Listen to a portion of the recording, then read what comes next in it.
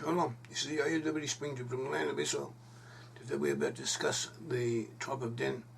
The tribe of Dan, we identify the Dan with people who settled in Denmark, the present country of Denmark. We also find people from Dan who settled in Ireland and in Scotland and in Wales and Devon in England.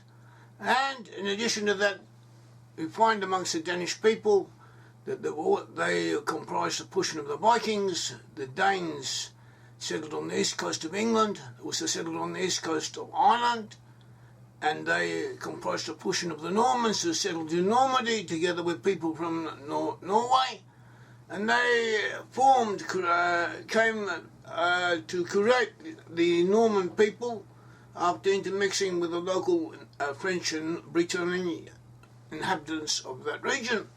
And from there they conquered England, so we have quite a large admixture of people from Dan, also amongst English-speaking peoples, as well as in Denmark itself.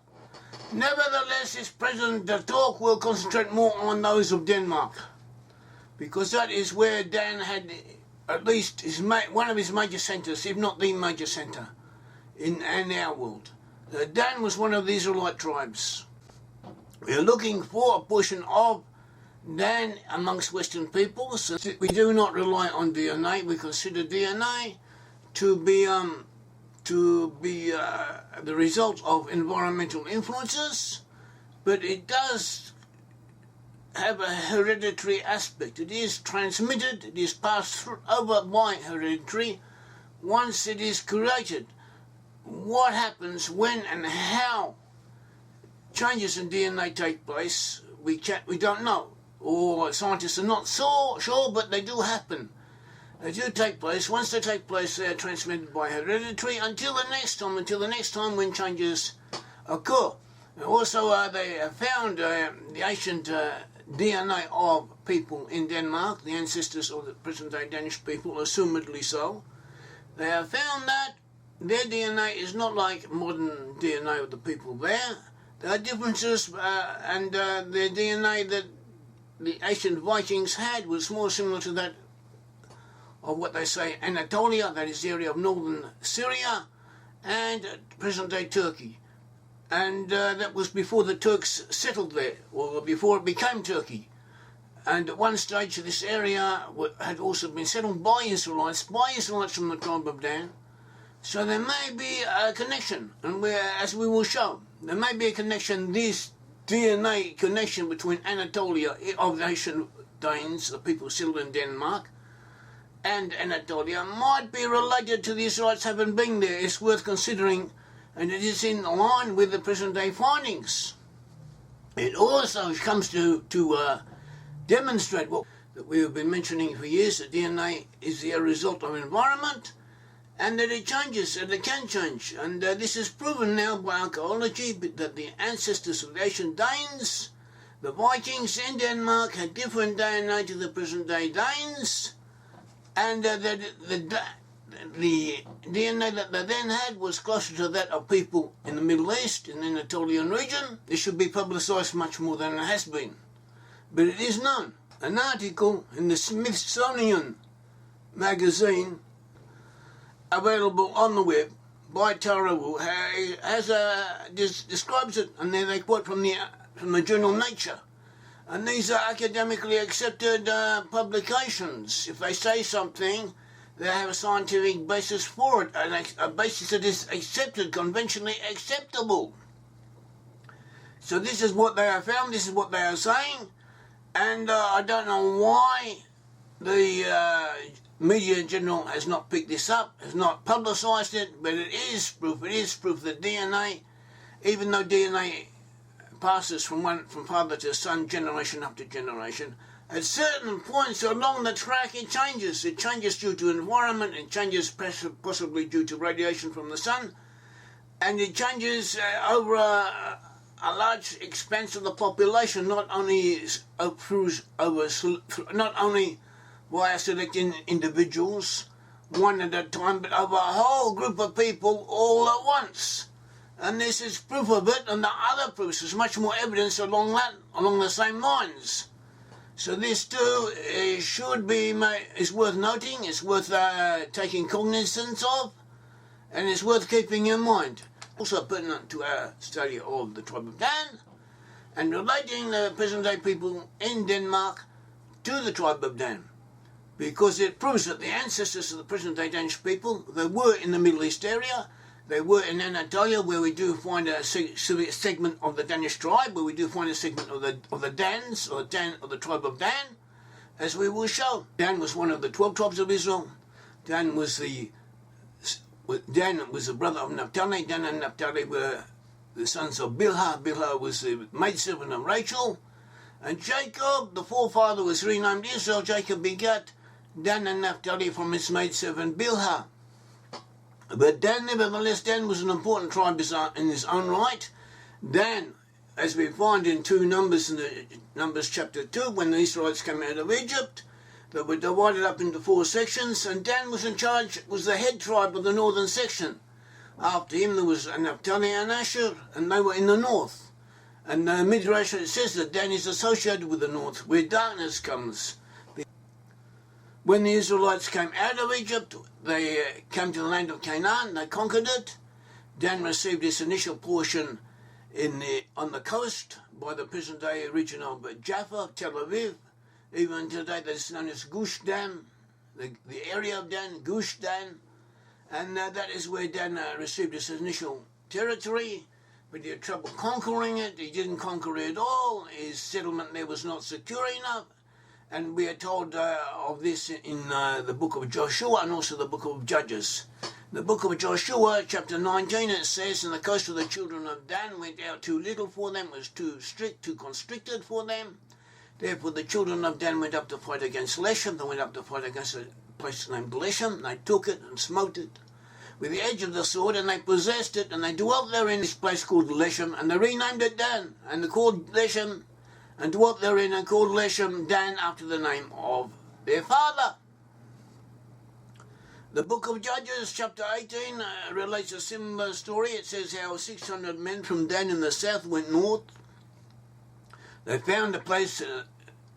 They found a place named Laish, whose inhabitants lived like the Phoenicians. They wiped them out and settled there in that area, and they named the area Dan after Dan, their father.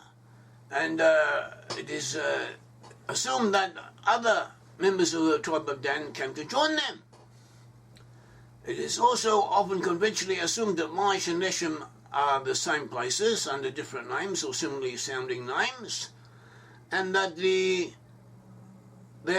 both relating the same story because of the similarities between them. Nevertheless, there are differences.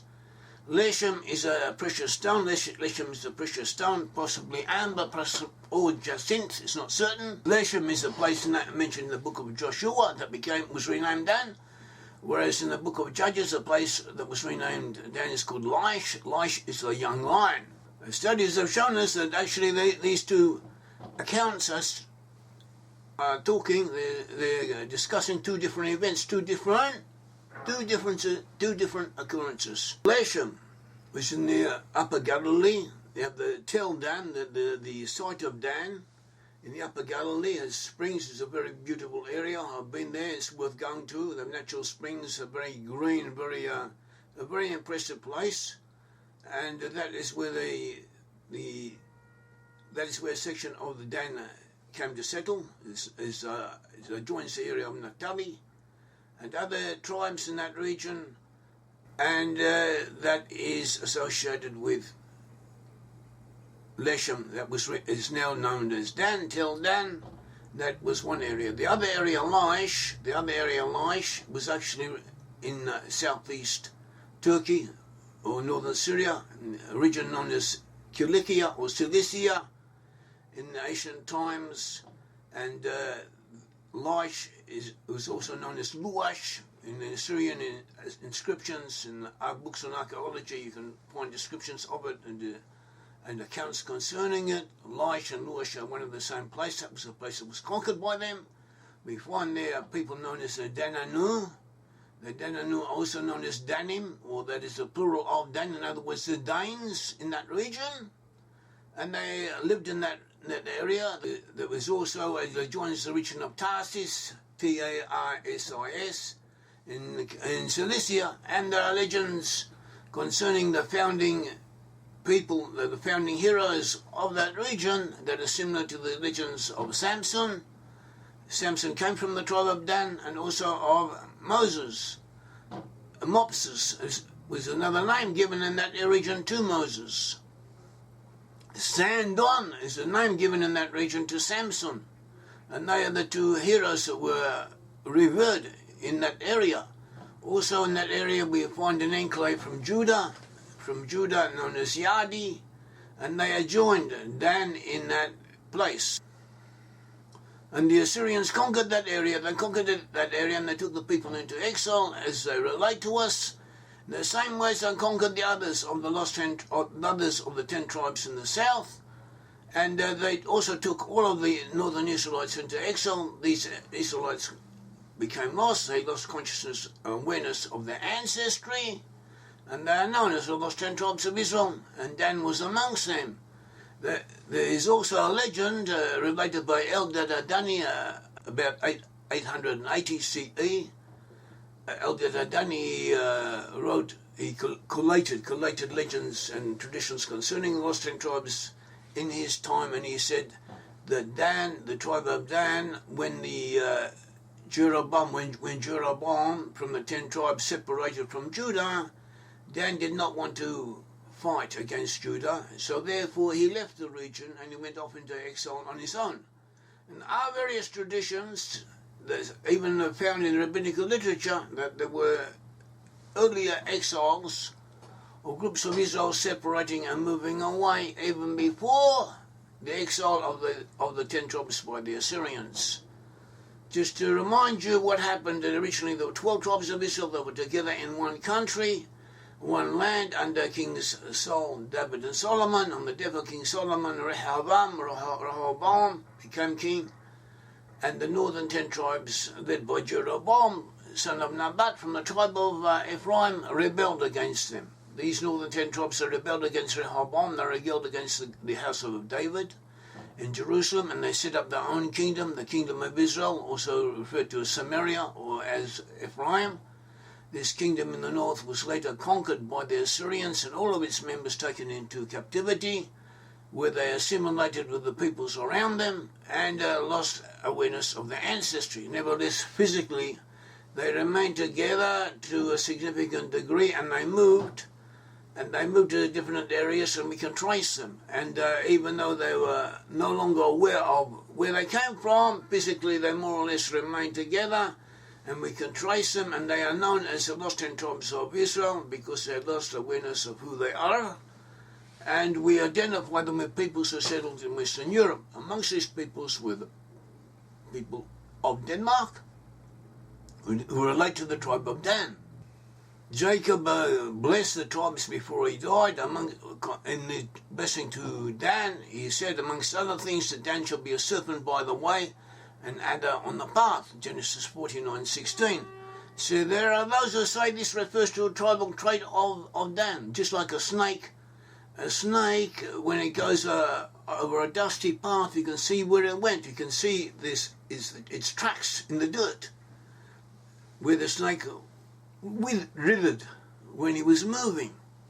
So too, we can trace the pathways of Dan moving from wherever they went to by the name of Dan, which they left after them. And even in biblical times, this is remembered. When the people of Dan went up to Leshem, they camped on the way, and they named the place where they camped Mahane Dan. It's the camp of Dan, Judges 18:12.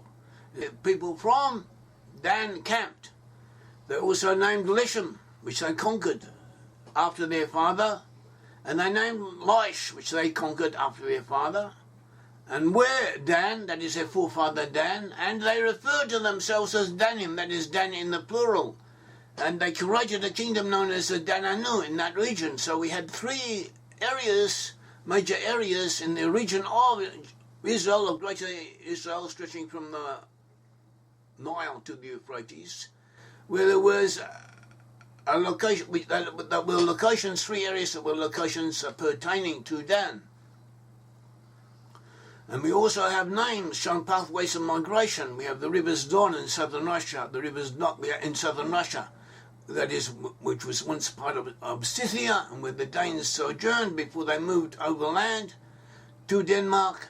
And we have the rivers Don, Danister, Danapa, Danube, coming to Denmark. We also find that the Danes via the sea also came to the north. They came to the British Isles and also to Scandinavia. And in Britain we have Danum, which is a city or a settlement. In northern England, mentioned by Ptolemy. We also have two rivers in the north of England named Dan or Don, after the tribe of Dan. And we also have the Danu, the tribe of Dana in ancient Irish legends, mythology, who preceded the Milesians, and they were an important constituent element in the formation of the Irish entity. And what is interesting is that this settlement that we mentioned in northern England named Danum was in the region where the Danes from Denmark later settled, as if the people come to the same regions, people from the same tribe, coming in different directions, not knowing who they are, in other words, not being aware of their ancestry, not being aware that the people that they are joining onto are their kith and kin from the fellow Israelites, sometimes from the same tribe, often come to the same areas. Dan, in the time of the Bible, was referred to as a tribe that dwelt in ships.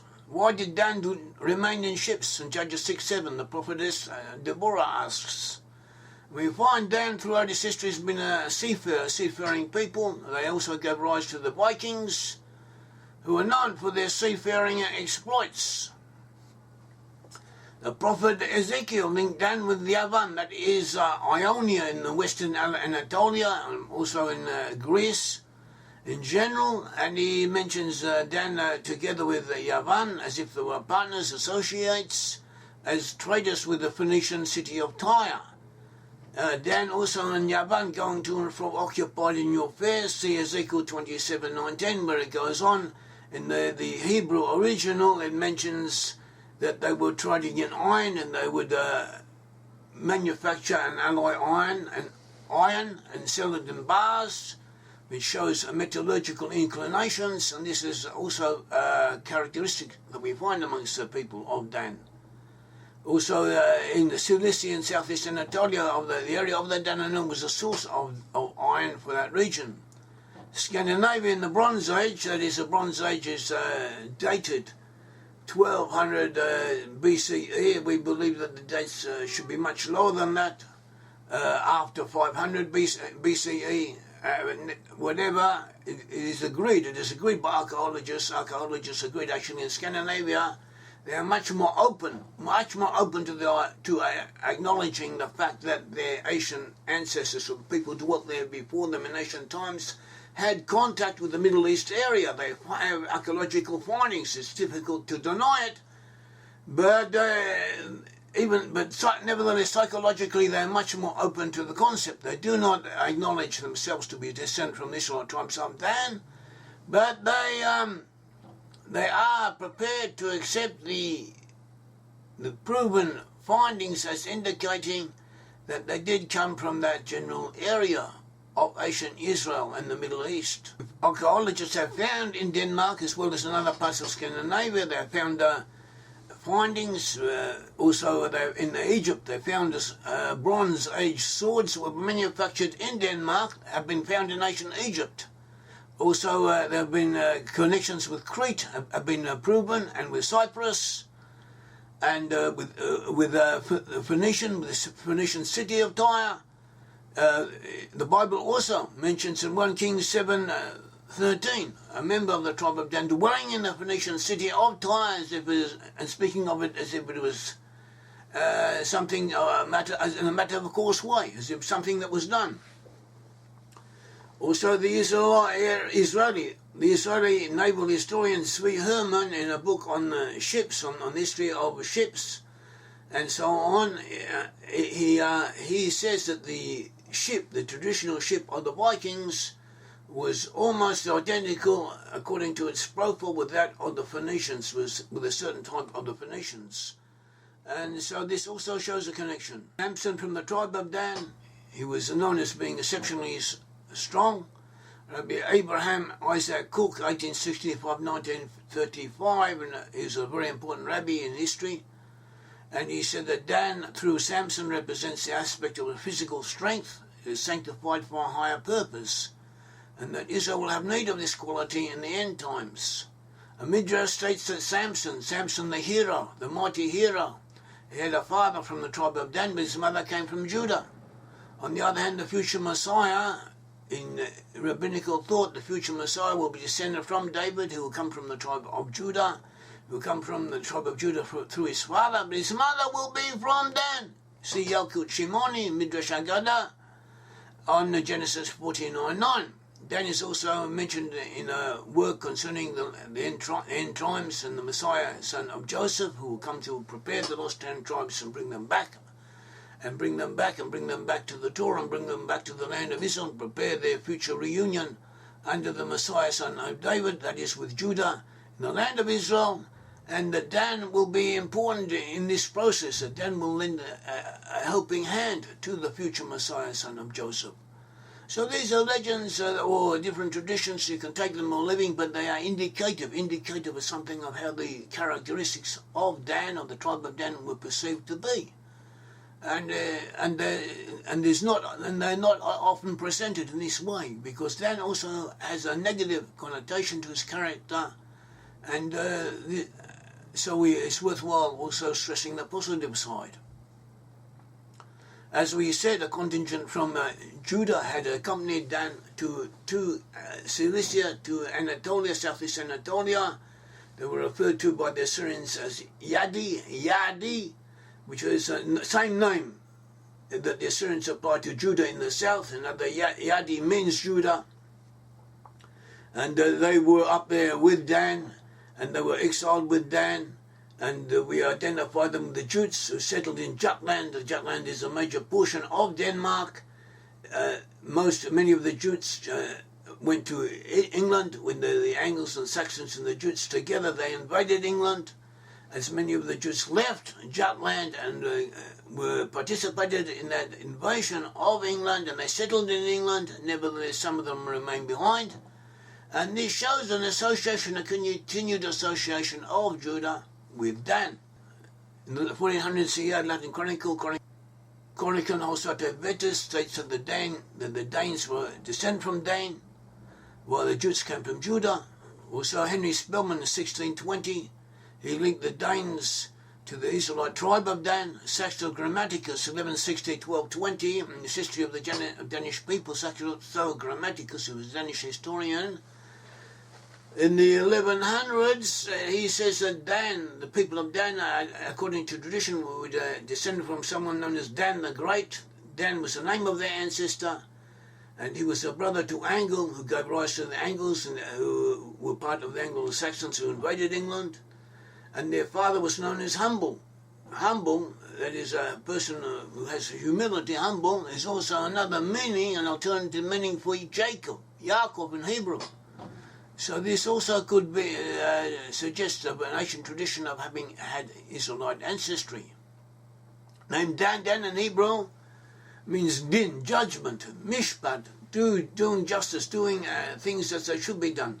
That is why one of the symbols of the tribe of Dan is a pair of scales, showing judgment, what a judge does. And Dan was associated in a rabbinical tradition with the aspect of judgment, of a legalistic frame of mind.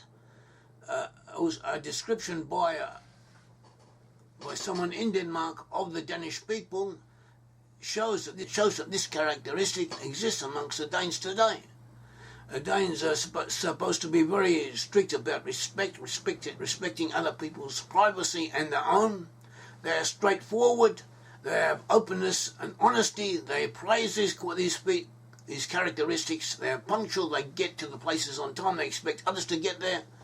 And they are sarcastic. And all of these aspects reflect this characteristic of Dan, of Mishpat, of judgment. One of my ancestors, Leo Jacobi, also known as Joseph Davidiy, he came from Denmark as a young boy. His father was a violinist, played the violin in Denmark, and from there he came to England, but he had grown up, been born and grown up in Denmark. And the Danish, on the whole, were civil towards the Jewish people. The king was very good. There was a certain degree of anti-Semitism, anti-Jewish sentiment. Before the Holocaust, before World War II, the Danes restricted the entry of Jews trying to flee from Germany. They were not allowed to enter Denmark, or great restrictions were placed in their path.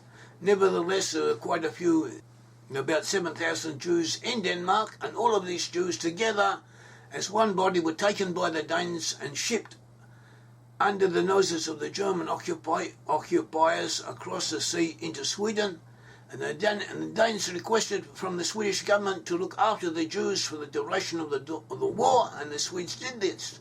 So all of the local Jews in Denmark were saved by the Danish people. After this creation of the State of Israel, the Danes helped the Jews, helped the State of Israel. More than 20,000 Danish people came as volunteers to Israel to help in the kibbutzim. There were very close ties. Also, there were Jews from Denmark, even though they were in Israel. There were Jews from Denmark in Israel. Some of them achieved important positions. There were at least 2 government ministers at different times who had been born in Denmark. And on the whole, relationships have been cordial, been quite good, sometimes very good. In recent years, the left wing has asserted itself as it has in many other areas, in most portions of the world, and so there's a certain degree of anti-Semitism, of pro-Palestinian propaganda has had its effect. But nevertheless, the Danes accord themselves is consistent with having had Israelite origins. Thank you. May the Lord God of Israel bless you.